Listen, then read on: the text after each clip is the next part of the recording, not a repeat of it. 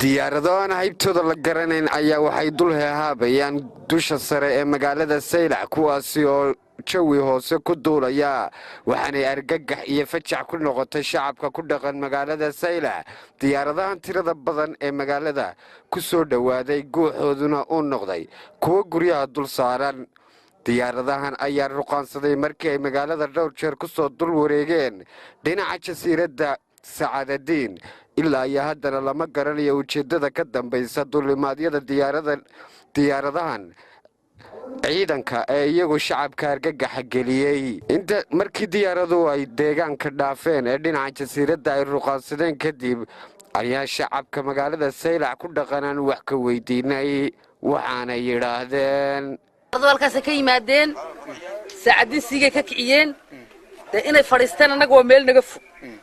halkaas ay mareen cabaar bay xagga ku maqnaayeen bariga waxay tageen maxay ahaydeen ay meesha la yiraaho inadiini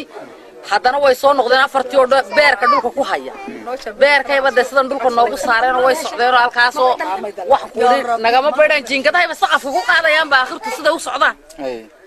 marka diyaaradan waxay doonayaan anagu garan mayno waana diyaarada madmadoo direyska xidhan anagu garan mayno meel ay ka yimaadiin markaas wax weeyaan imisa jeer bay soo noqonayaan 5 jeer 6 jeer bay soo noqonayaan qolun sida uma socdaan haddana ma soo noqonayaan way soo soconayaan way soo noqonayaan way soconayaan way soo noqonayaan demala caanadiq weeyaan garan mayno waxay yihiin waxay yihiin waxa la weydiinay dadka soo diraya diyaaradahan magaalada aad bay u wareeriyeen xamastii iyo dumarkii way ka fadhiyi kari waayeen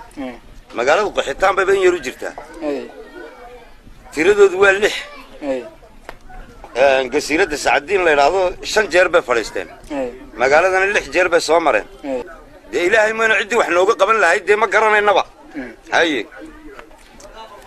magaalada soo dul mareen oo biraha tirsamto ay leedahay